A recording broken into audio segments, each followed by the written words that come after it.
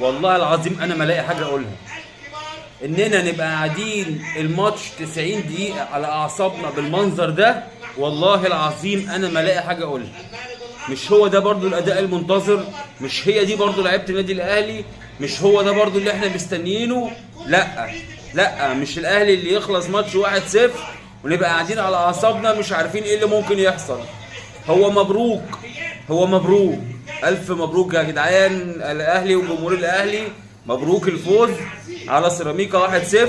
بس ده ما يرضيش ربنا، مش ده الاداء. الشحات اللهم صل على النبي، عليك يا شحات، الله اكبر عليك، نزل فوق الماتش شويه، بس مش ده الاداء المنتظر من لعيبه النادي الاهلي. يعني عايزين برضو نوصل للكابتن عماد النحاس مش هو ده المطلوب برضو، ونوصل للعيبه ان هو مش هو ده المطلوب برضو. تريزيجيه واخد رجل المباراه النهارده واكيد خارج مبسوط عشان ايه؟ واخدها بمكسب. انما المره اللي فاتت خد رجل المباراه بس خارجين تعادل. يعني احنا كجمهور اهلي يعني ليه نفضل قاعدين؟ يعني اسوأ بدايه لجمهور الاهلي، عمرو السوليه مش عارف خد تيشيرت مين وهو خارج بيضحك. يعني ابو ليلى ده في القلب، اقسم بالله في القلب مهما عمل. وتريزيجيه رايح لجمهور النادي الاهلي، رايح لجمهور النادي الاهلي تاني يعتذر لهم اهو قدامكم اهو. تريزيجيه رايح يعتذر تاني لجمهور النادي الاهلي، تاني وتالت يا تريزيجيه ورابع، عشان انت غلط.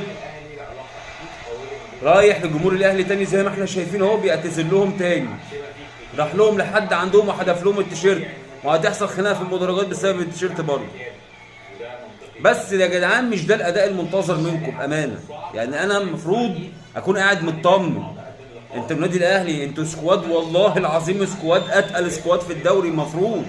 المفروض اتقل سكواد في الدوري دلوقتي بين رمضان وتريزيجيه وزيزو وامام عاشور ومروان عطيه وديانج ومحمد شريف يا جدعان ده في اسطور في النادي الاهلي، مش هينفع الكلام ده، لازم يبقى فيه اداء افضل من كده.